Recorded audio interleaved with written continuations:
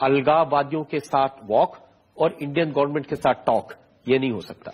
देखिए नरेंद्र, या तो हमसे बात कर लीजिए या फिर यासीन मलिक से बात कर लीजिए। देखिए नरेंद्र मोदी जी को मैं भी एक मैसेज देना चाहता हूं कि हम लोग भी दीवाने हैं, तो वो अगर जुल्म करना चाहते हैं वो जी भर के करे। मैं तो सिर्फ ये कहूंगा, इधर आज सितमगर तू हुनर आजमा, तुम तीर आजमाओ मैं जिगर आजमाऊं। पाकिस्तान हेरात में हिंदुस्तान के ऑफिस पर हमला करता रहे, पाकिस्तान यहां बात करने से पहले हफीज सईद को क्लीन चिट देता रहे, फिर भी उससे बात करें। नहीं, देखिए या तो आप ये कहे कि जो हमने बातचीत कैंसिल की है वो हमने इन इश्यूज पे की। कैंसिल इसलिए किया क्योंकि पाकिस्तान को मना किया गया कि यासीन मलिक से बात मत करो, पाकिस्तान से कहा गया अब्दुल गिलानी साहब से बात मत करो, उसके बावजूद पाकिस्तान ने किया।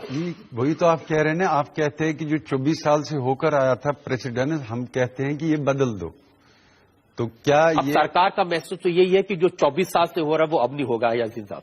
अब सरकार का ये है कि मैंने तो पहले ही कहा हमारे लिए मैसेज है कि जो है वो कहते हैं कि आपके लिए for us hard days are come, और हम खुदा से दुआ करें कि जो हमारे लिए सख्त तरीन दिन आ रहे हैं हम इंशाल्लाह इसमें सर्वाइव करेंगे। मुल्क के लिए तो अच्छे दिन आने वाले हैं, वो कहते हैं। देखिए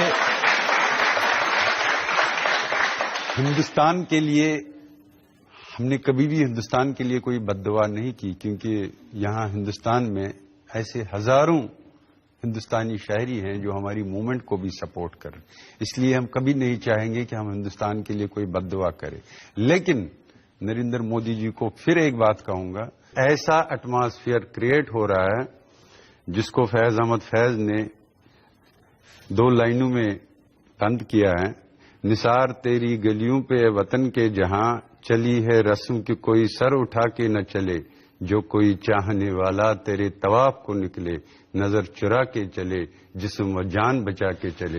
मुझे लगता है नरेंद्र मोदी जी ऐसा माहौल पैदा कर